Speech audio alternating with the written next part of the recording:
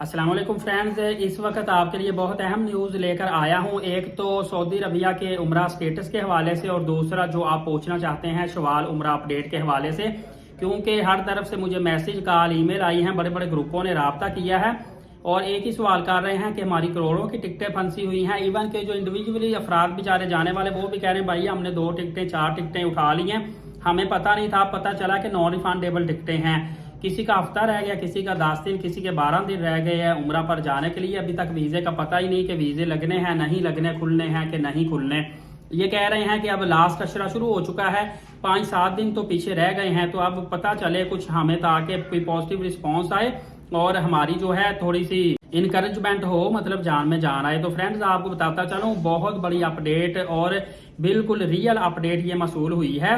कि Saudi Arabia ने अभी जायजा लेना शुरू कर दिया है कि लोगों की जो तादाद है हरम शरीफ में तो अभी ज्यादा है, लेकिन सऊदी अरबिया का कहना है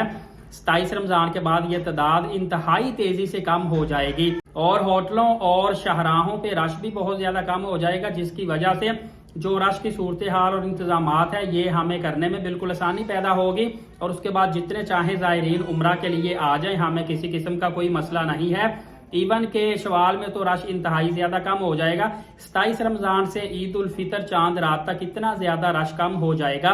कि जितने भी करीब के ममालिक के लोग बाई रोड आते हैं या बाई एयर आते हैं वो सारे के सारे चले जाते हैं।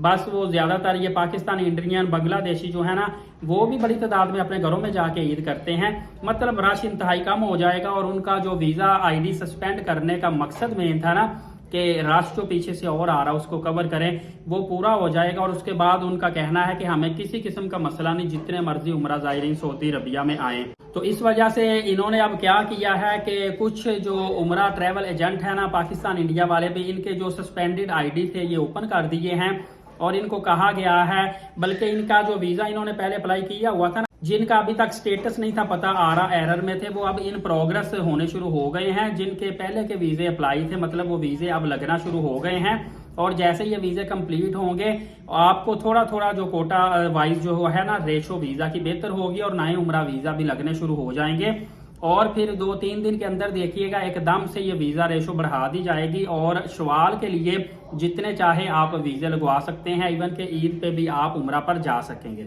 लेकिन ये अभी तक कंफर्म नहीं किया गया कि कब तक वीजे ज्यादा लगाने शुरू करेंगे और कितने दिन तक वीजे ओपन करेंगे। आप 1 दिन भी वीजे ओपन रह सकते हैं, 2 दिन भी, 3 दिन भी, लेकिन अब वो वाली परेशानी वाली बात नहीं है कि ये ना हो कि शवाल के उम्रा वीजा ना खुले। ये है कि 15 से 20 हजार रुपए उम्रा वीजा की फीस सऊदी अरबिया ने नहीं बढ़ाई, अपने तौर पे ट्रैवल एजेंटों ने बढ़ा दी है, क्योंकि इनको डिफरेंट किस्म के लॉसेस वगैरह हो रहे हैं, तो फिर वो भी तो इन्होंने कवर करने हैं ना। तो इंशाल्लाह अज़्ज़ा वजल अनकरीब आप देखेंगे कि आपके वीजे लगना शुरू हो गए हैं। बस आप पोलियो कार्ड बनाएं और अपनी तैयारी कंप्लीट रखें और मोफा की तरफ से एक पॉजिटिव रिस्पांस आना शुरू हो चुका है। दूसरी तरफ सऊदी वीजा स्टेटस के बारे में आपको बताता चलूं, कुछ लोग ये फैमिली मल्टीपल जो वीजे बंद हुए हैं ना,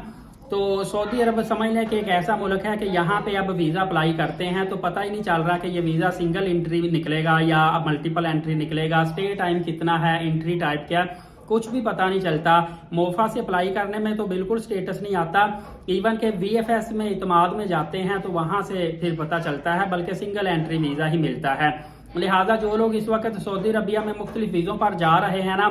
13 अप्रैल ही डेड लाइन इनको मिल रही है कि 13 अप्रैल को वापस आ जाना, चाहे फैमिली वीजा भी। लेकिन जब जिसने स्पॉन्सर किया वीजा, जब वो अपने अबशर अकाउंट में इनका स्टेटस देखता है, वहां पे मई की तारीखें भी आ रही हैं, ये चीज बिल्कुल समझ नहीं आ रही। और इसी तरह सिंगल एंट्री वीजे पर जो डेट है वो 29 अप्रैल को वापस आना ना, कुछ की मई में भी आ रही है। तो यहाँ पे सिर्फ मैं एक चीज आपको बताऊंगा कि जिन भी लोगों ने रिटर्न टिकट करवाना है ना, कोशिश कीजिएगा कि रिटर्न टिकट आप रिफंडेबल करवाइए, एक ऐसा टिकट जो आसानी से रिफंड होकर तारीख चेंज हो जाए और उसमें आपका ज्यादा लॉसेस भी ना हो, ताकि अगर आपको तारीख मजीद ज्यादा दे दी जाती है, एक्सटेंड कर दी जाती है, क्योंकि एक्सपेक्टेड है ना कि जून के पहले हफ्ते के अंदर अंदर हज के तमाम तर जो प्रोसेस है वो होना है ना, तो फिर इसका मतलब है कि इनके पास मई पूरा पड़ा हुआ है। हो सकता है कि 15 मई तक भी ये कुछ जो लोग हैं जिनके पास फैमिली वीजे हैं उनको टाइम दे दें कि आप सऊदी अरबिया में स्टे कर लें। تو آپ ایزیلی ریفنڈیبل ریٹرن ٹکٹ کروا لیجئے گا تاکہ آپ کا زیادہ نقصان نہ ہو، اور اگلی اپڈیٹ میں آپ کو پھر جو بھی اس میں